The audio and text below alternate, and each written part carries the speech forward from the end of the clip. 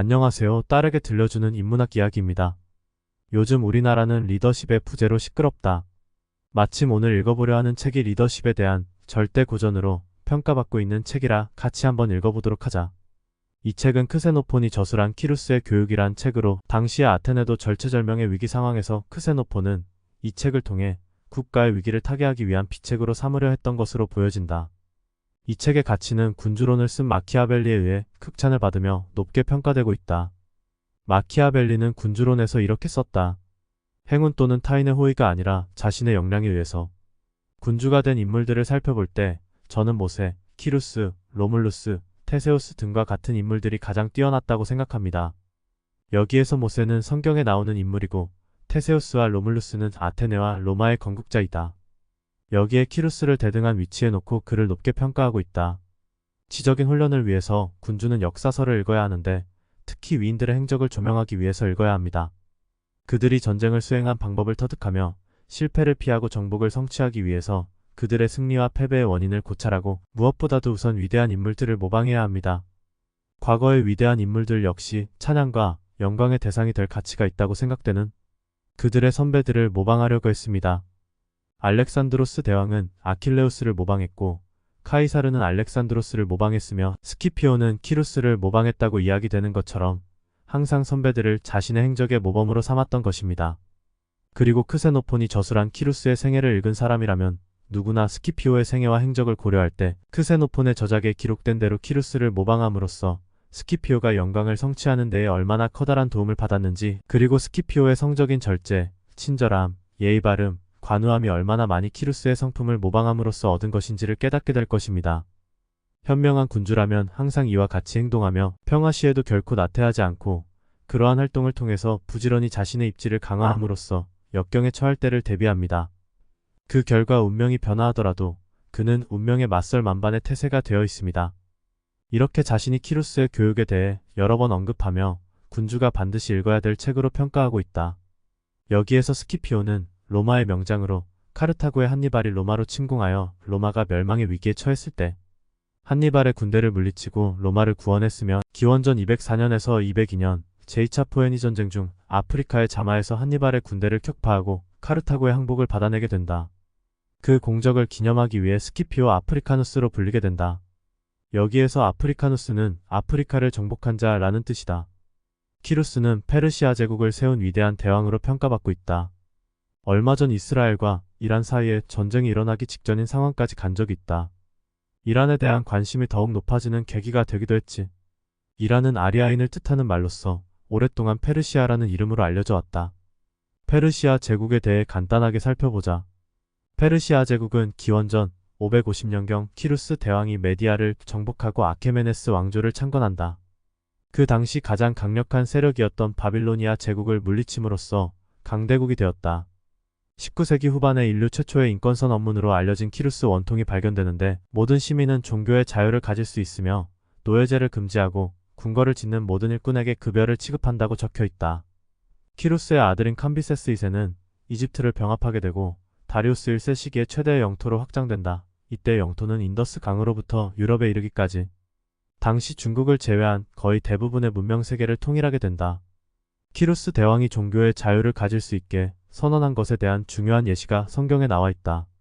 기원전 8세기 이스라엘은 북왕국과 남왕국으로 나누어져 있었는데 북왕국이 먼저 아시리아에 의해 멸망하고 후일 아시리아가 망한 후 생겨난 바빌로니아 제국의 남왕국이 멸망하면서 예루살렘이 초토화되고 이스라엘 백성들은 노예로 바빌로니아에 끌려간다.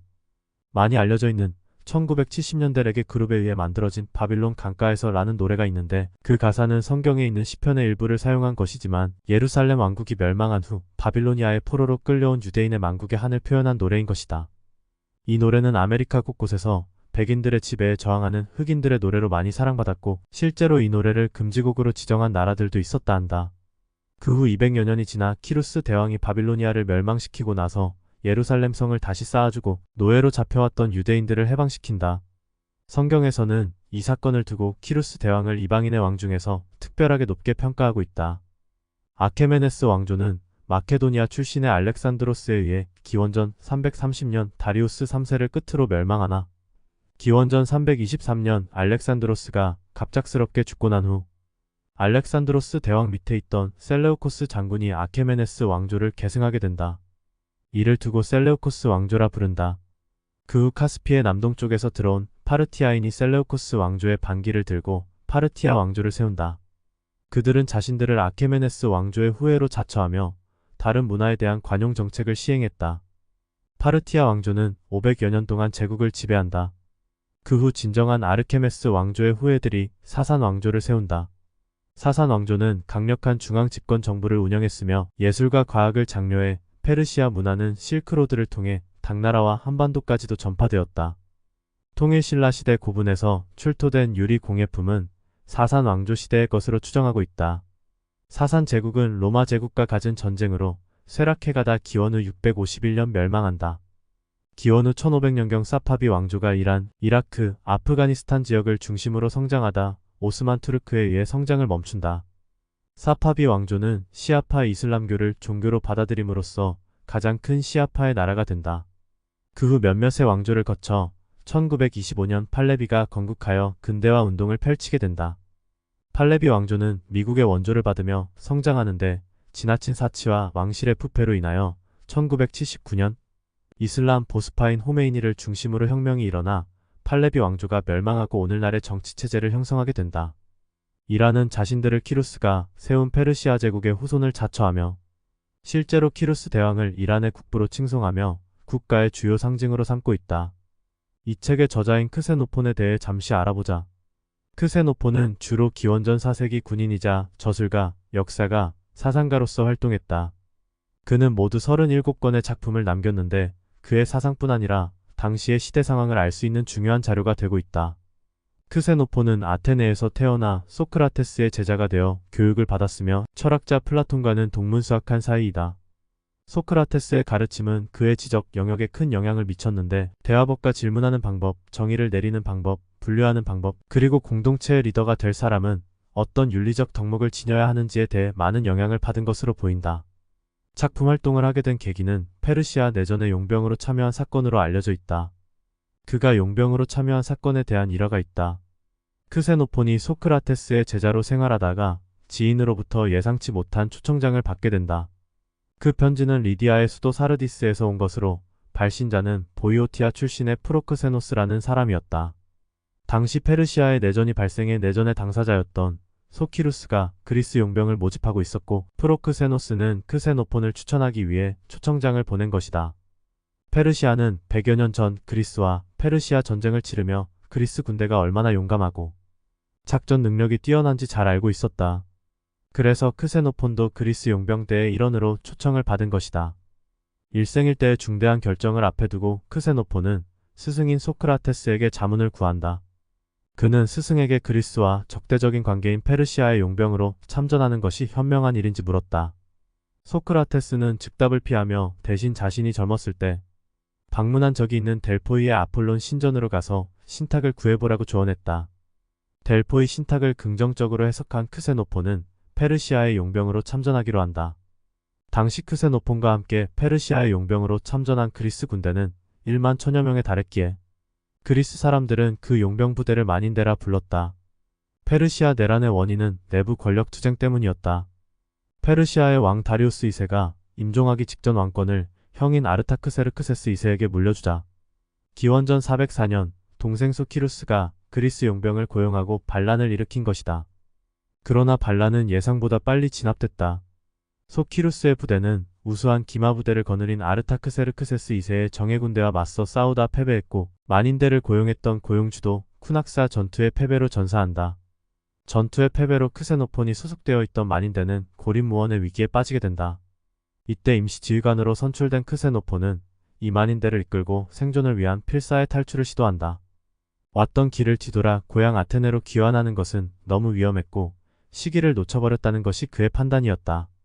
차라리 페르시아 내륙의 아르메니아 쪽으로 태강로를 잡고 흑해 인근에 주둔하고 있는 스파르타 군대와 합류하는 쪽이 낫다고 판단했다.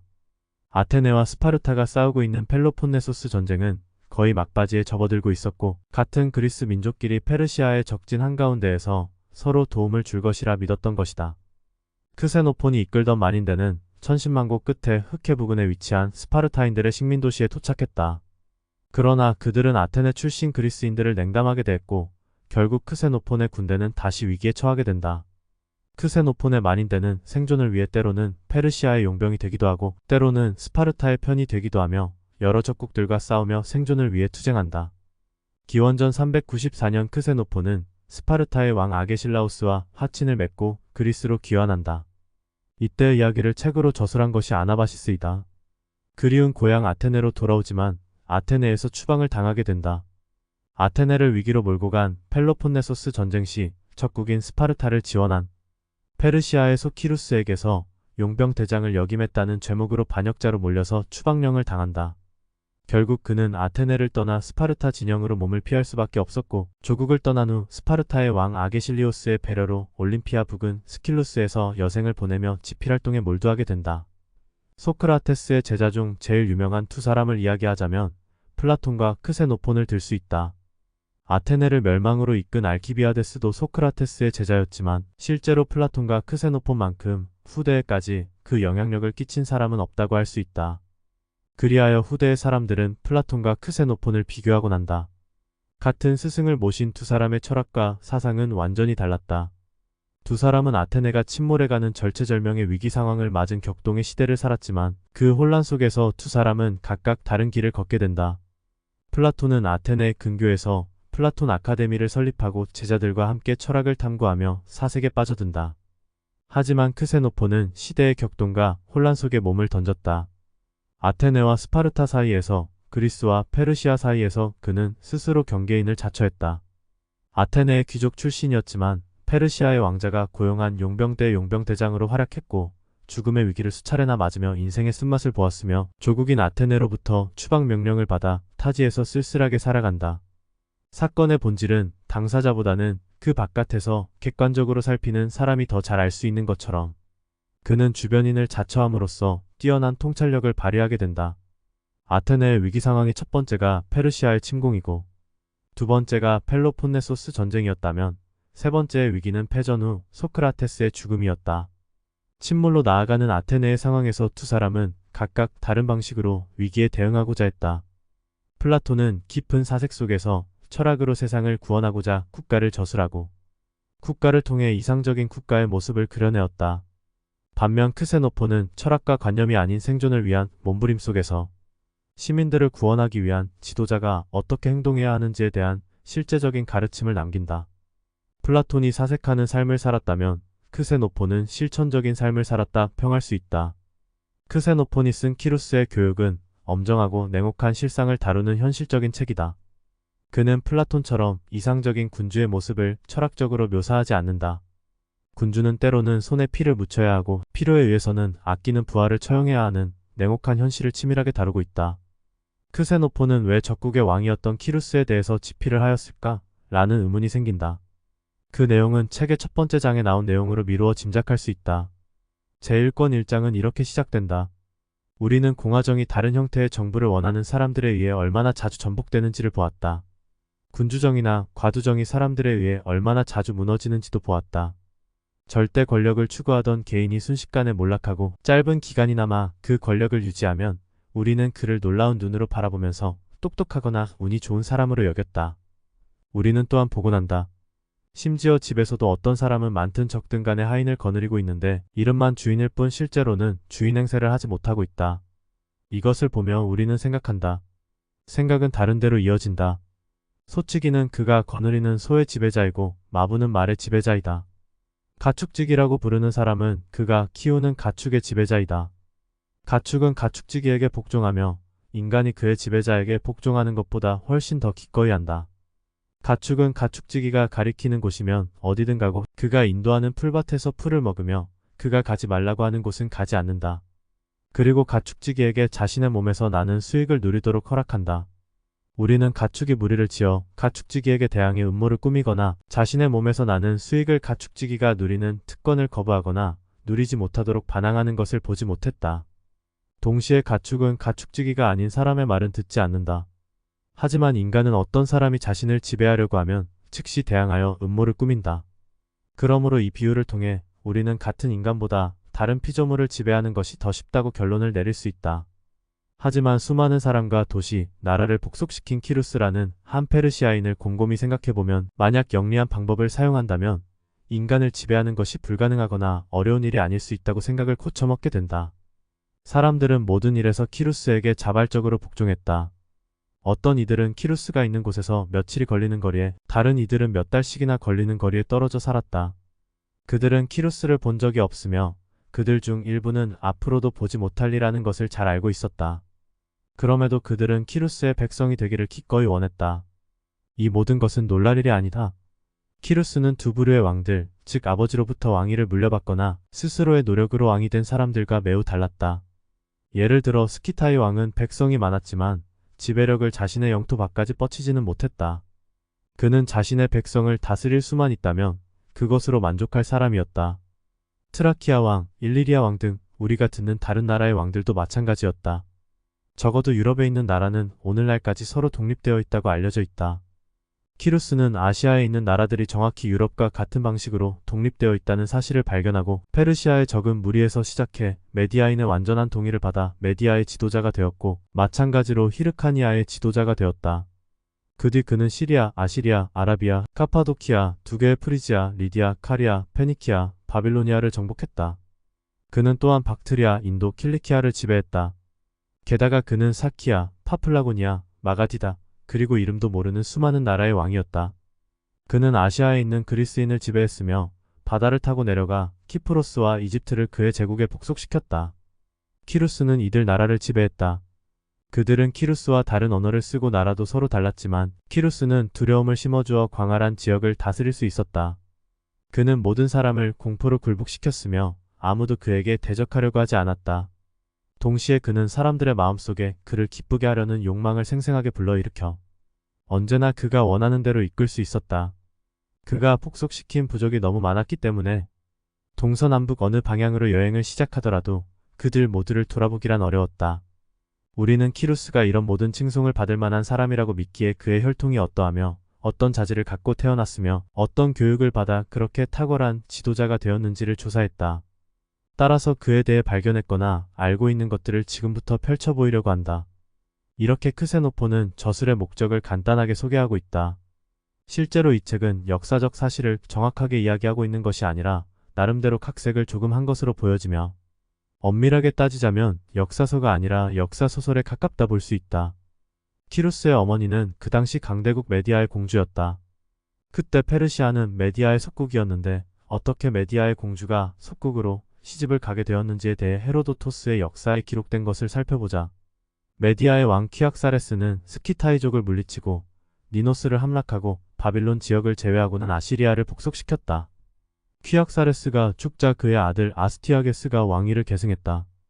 그에게는 만다네라는 딸이 있었는데 그는 이 딸이 어마어마한 양의 오줌을 누어 그의 도시가 잠기고 온 아시아가 범람하는 꿈을 꾸었다. 그는 해몽할 줄 아는 마고스들에게 꿈 이야기를 했고 그들의 해몽을 자세히 들은 그는 겁이 났다. 만다네가 결혼할 나이가 되자 그는 그 꿈이 두려워 자신의 집안에 걸맞는 메디아인들 중에서 사위를 고르지 않고 캄비세스라는 페르시아인에게 시집을 보내버렸다. 그는 이 페르시아인이 비록 집안이 좋고 성품이 조용했으나 메디아의 중류층보다 훨씬 지위가 낮다고 보았던 것이다. 만다네가 캄비세스에게 시집간 첫 해 아스티아게스가 또 꿈을 꾸었는데 딸의 생식기에서 포도나무 한 그루가 자라나더니 온 아시아를 뒤덮는 것이 아닌가.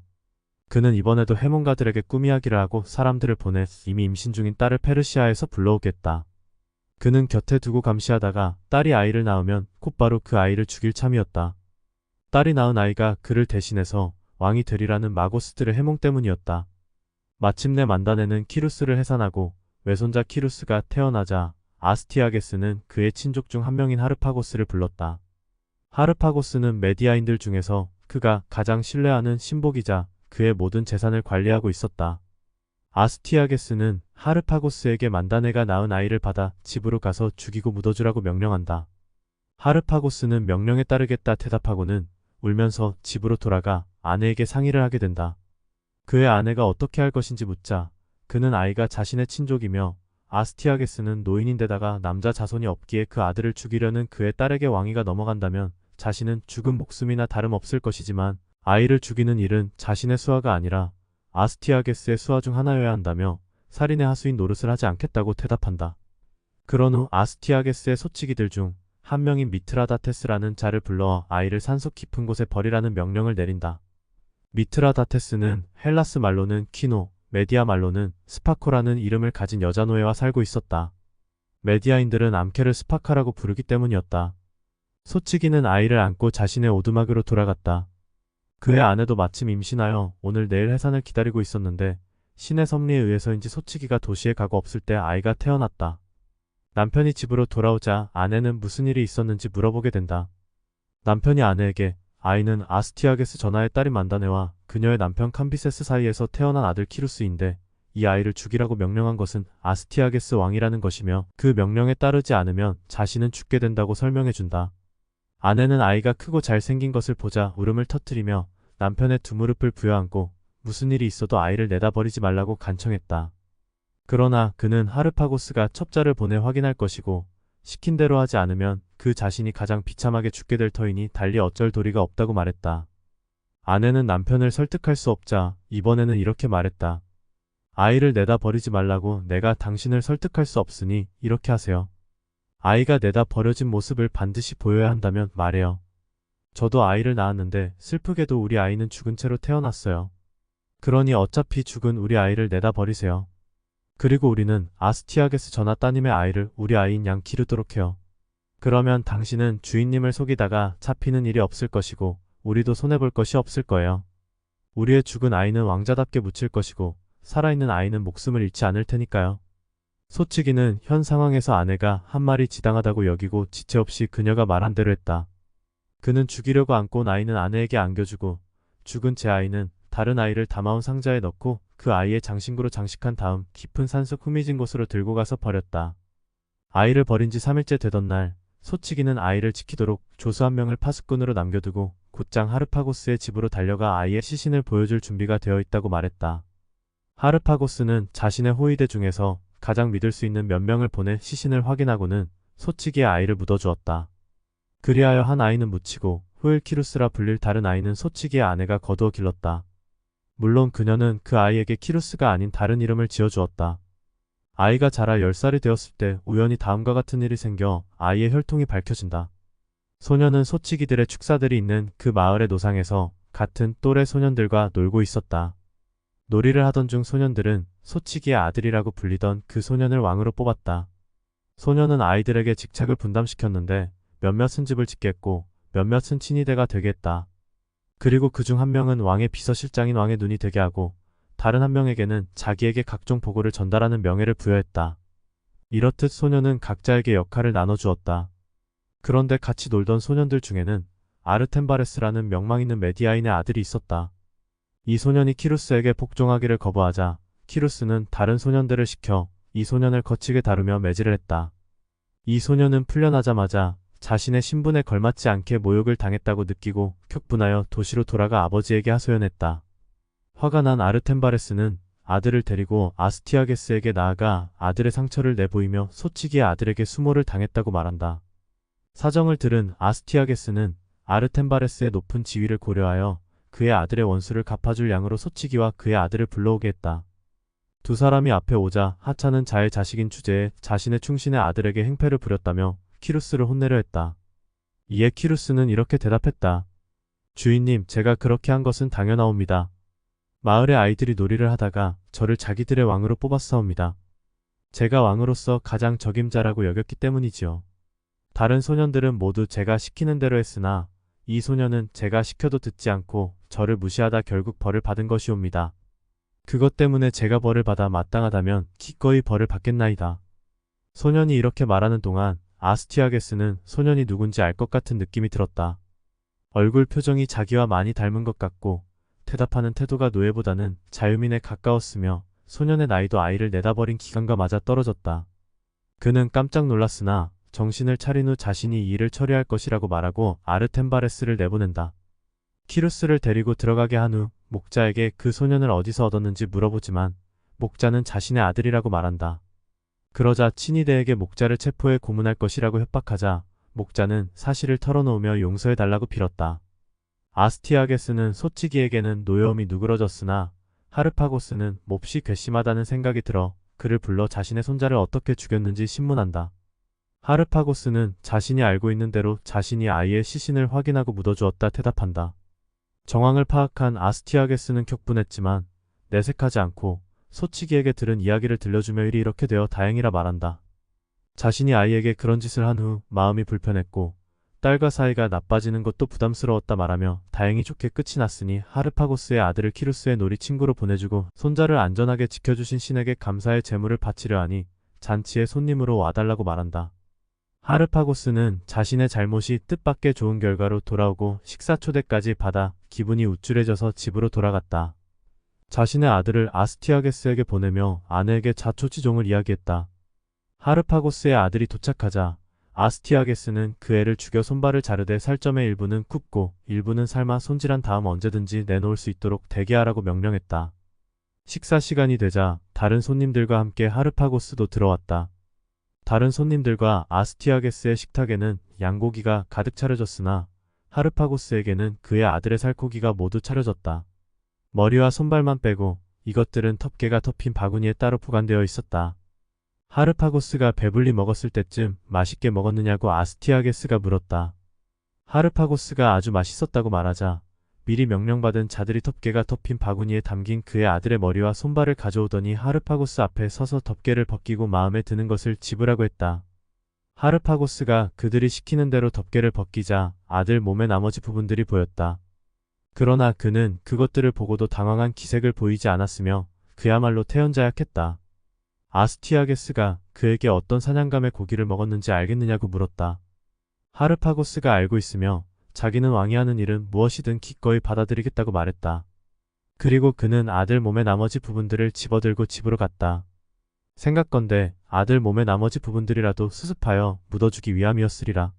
하르파고스에게 폭수심을 갖게 함으로 인하여 후일 키루스가 메디아를 정복하려 할 때에 하르파고스는 앞장서서 키루스를 돕게 된다.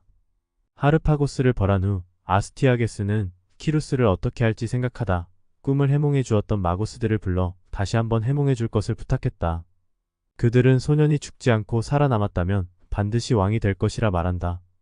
아스티아게스가 그 소년은 죽지 않고 살아남아 시골에서 살고 있으며 마을 아이들이 자신들의 왕으로 삼았으며 마치 진짜 왕처럼 온 가지를 처리했으며 그들을 통치했다 말하며 해석을 부탁했다. 그러자 마고스들은 만일 소년이 살아서 전하의 조작으로 왕이 된 것이 아니라면 전하께서는 염려 마시고 안심하옵소서. 그 애는 2번씩이나 왕이 되지는 못할 것이옵니다.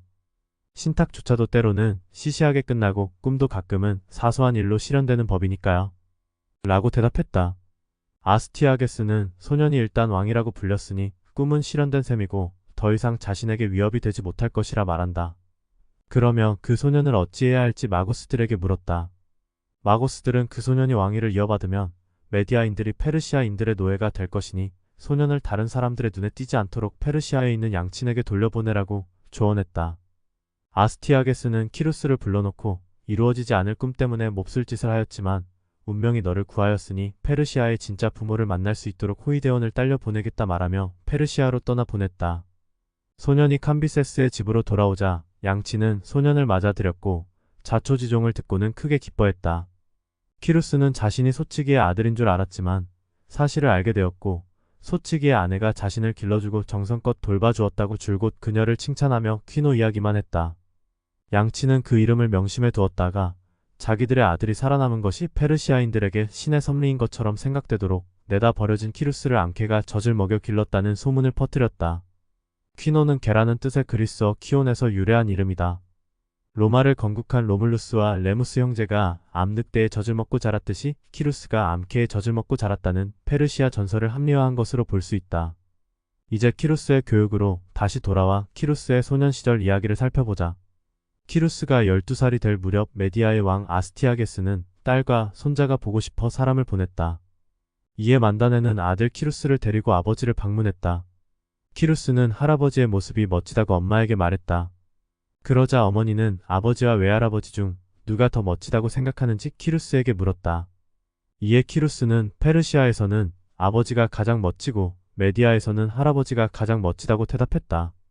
그러자 외할아버지가 키루스에게 왕의 호의를 나타내는 징표로서 목걸이와 팔찌를 주어 장식했다. 아스티아게스 왕은 외손자를 위해 진수성찬을 준비해 큰 연회를 베푼다. 키루스는 외할아버지에게 이렇게 많은 음식을 혼자 다 먹어도 되느냐 물어본다. 왕이 그렇다고 대답하자 키루스는 잔치 음식을 궁중의 시종들과 하인들에게 모두 나누어 주었다. 소년의 이런 관대한 행동은 모든 사람들의 감탄을 불러일으켰다.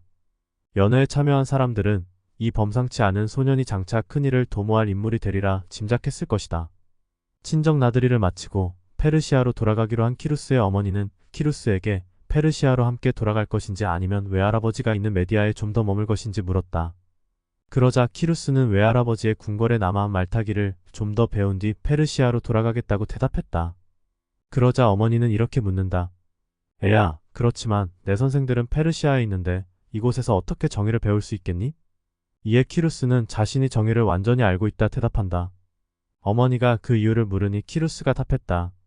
제 선생님은 제가 정의를 완전히 알고 있다고 판단해 다른 사람을 재판하도록 저를 임명했습니다.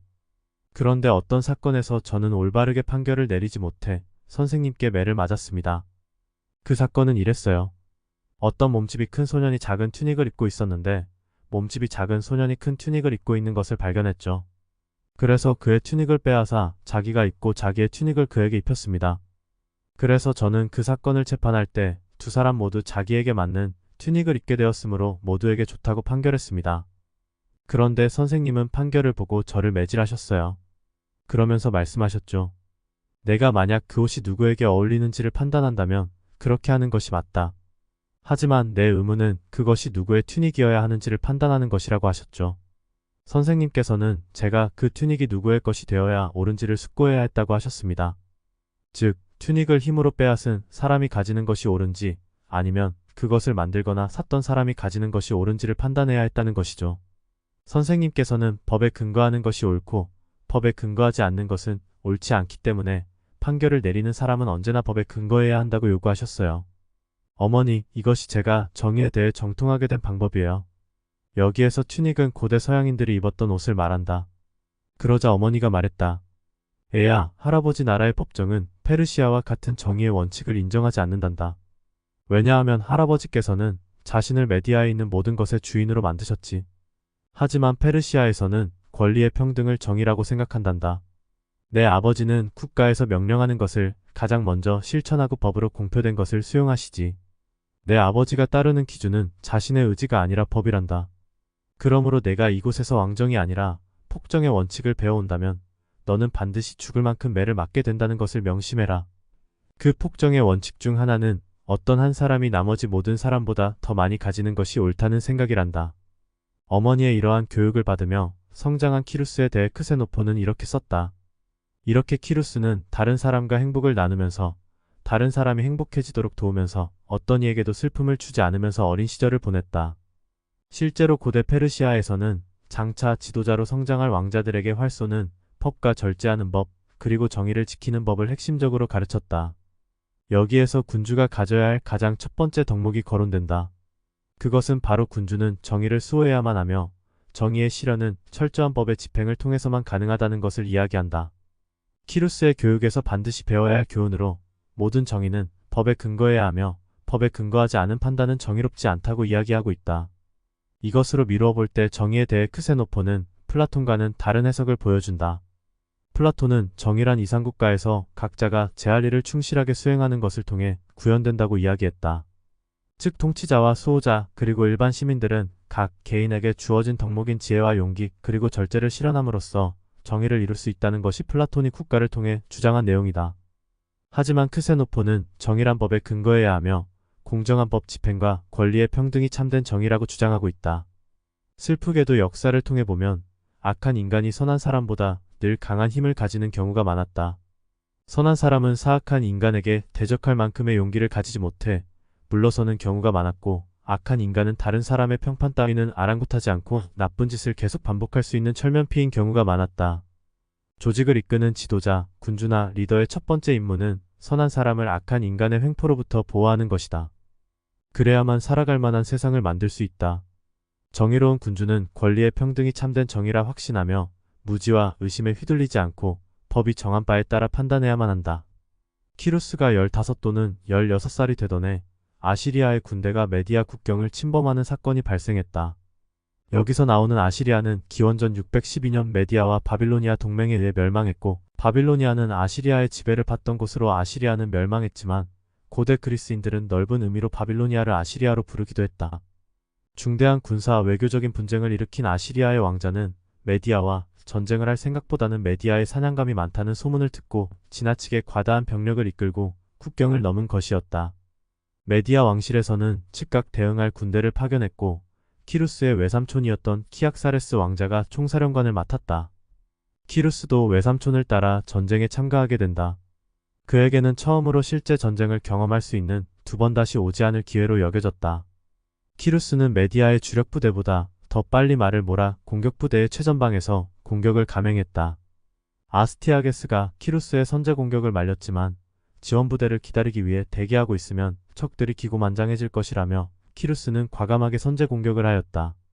결국 전투는 키루스의 일방적인 승리로 끝이 났고, 그 뒤를 따르던 메디아의 군인들은 키루스의 이름을 연호하며 큰 소리로 승리의 노래를 불렀다. 여기에 나오는 키악사레스는 이 책에서 메디아 왕의 아들이자 키루스의 외삼촌으로 나온다. 하지만 헤로도토스의 역사와 서로 다른 점을 들어 학자들은 허구의 인물로 여기고 있다. 메디아에서 키루스는 아주 인기를 얻게 되었다. 하지만 아버지의 부름을 받아 자신의 나라인 페르시아로 돌아가겠다고 이야기한다. 그가 인기를 얻을수록 외할아버지와 외삼촌의 질투와 시기를 살 염려가 있었기에 페르시아로 돌아가겠다고 한 것은 현명한 판단이었다. 아스티아게스는 외손자가 자랑스럽기도 하였지만 외손자의 인기가 부담스럽기도 했다. 자신의 통치권에 도전이 될 만큼 키루스가 메디아 백성들로부터 큰 인기를 얻고 있었기 때문에 외손자의 귀환을 허락했다. 메디아 사람들은 어른이나 아이 가릴 것 없이 모두 키루스를 배웅했고, 울지 않고 뒤돌아서는 사람은 없었다고 기록했다. 아스티아게스는 떠나는 키루스에게 많은 선물을 내렸지만 키루스는 그 모든 선물을 메디아의 친구들에게 다시 나누어 주었다. 여기에서 이 책을 통해 배워야 할 두 번째 군주의 덕목이 나온다. 지도자는 물러날 때와 나아갈 때를 알아야 한다는 것이다. 시대와 세월의 변화를 읽어내고 그 속에서 진퇴를 잘 알아서 결정할 수 있어야 한다는 것이다. 키루스는 첫 번째 전쟁을 경험할 기회를 얻자마자 물러나지 않고 적극적으로 참여해 명성과 귀중한 경험을 얻게 된다. 또한 메디아에서 왕의 명성에 버금갈 만큼의 명성을 얻었지만 물러나서 자중하기를 선택했다. 많은 지도자들이 조금 잘 나갈 때 교만하여 더 성장할 기회를 놓치는 경우가 얼마나 많은지, 그리고 역사 속에서 시대의 흐름을 제대로 읽지 못해 비극적 종말을 맞이한 조직이나 국가가 얼마나 많은지를 살펴보면 변화의 흐름을 읽고 그 진퇴를 아는 것이 얼마나 어려운 일인지, 그리고 중요한 일인지 생각하게 된다. 키루스는 메디아를 떠나 자신의 조국 페르시아로 돌아왔다. 세월이 흘러 성인이 된 키루스에게 중대한 계기가 생긴다. 아시리아가 메디아에 대한 전면전을 감행했고 페르시아도 이 국제분쟁에 휘말리게 된다. 메디아로 페르시아의 원군을 보내기로 했고, 키루스는 원정군의 사령관으로 임명되었고 처음으로 전쟁의 지휘관이 된다. 이때 키루스와 아버지와의 대화를 깊이 새겨볼 만하다. 아버지는 출정하려는 키루스에게 충분한 군수품을 준비했는지 묻는다. 그러자 키루스는 부족한 군수품은 필요할 경우 외삼촌 키악사레스가 지원하기로 했다고 대답했다. 그러자 아버지는 아들아, 너는 키악사레스가 주는 보급품을 믿고 내 군대를 이끌고 원정을 떠난다는 말이냐? 그럼 너는 그가 보급품을 얼마나 갖고 있는지 아느냐? 라고 다시 묻는다. 키루스가 모른다고 하자 너는 그럼에도 불구하고 그런 불확실성에 의존하려고 하느냐? 너는 내 군대에 필요한 것이 많다는 것과 키악사레스 또한 다른 쓸 곳이 많다는 것을 알지 못하느냐? 만약 그의 보급품이 부족하거나 그가 너를 속여 원정에 끌어들였다면 너는 내 군대를 어떻게 먹여 살릴 것이냐? 라며 키루스를 크게 나무라며 이렇게 조언한다. 그러므로 키악사레스와 같이 너도 내가 필요한 것이 절대로 떨어지지 않도록 항상 주의를 기울여야 하며 마찬가지로 필요한 것을 얻으려는 노력을 습관처럼 해야 한다. 그리고 무엇보다 이것을 기억해라. 모자랄 때가 되어서야 비로소 보급품을 구하려는 노력을 절대로 하지 마라. 가장 풍족할 때에 부족할 때를 대비해 수단을 마련해 놓아야 한다. 그렇게 하는 것이 가장 수월하다. 왜냐하면 내가 부족해 보이지 않을 때 구하는 사람에게서 더 많이 얻을 수 있다. 게다가 너는 이렇게 함으로써 군사들로부터 비난을 받지 않게 되고 나아가 그들은 원하는 것을 갖게 됨으로써 너를 더 잘 따르게 될 것이다. 그리고 이것을 명심해라. 내가 남들에게 호의도 피해도 줄 수 있는 위치에 있다는 것을 충분히 보여줄 때 내가 하는 말이 더 힘을 갖게 될 것을 말이다. 행운이나 불확실한 것에 의존하지 않고 미래를 준비하는 것이야말로 지도자에게 정말로 중요한 덕목이라고 생각한다. 많은 조직들이 잘 나갈 때 계속해서 잘 나갈 것을 기대하고는 흥청거리다 막상 어려움이 닥칠 때 대비가 부족해 무너지는 경우가 있다. 아빠도 실제로 사업이 잘 될 때 미래에 대한 준비를 하지 않아 어려움이 닥쳤을 때 이겨내지 못했던 경험이 있다. 군주는 모든 불확실성을 제거하고 어떤 상황도 스스로 통제할 수 있는 사람이 되어야 한다.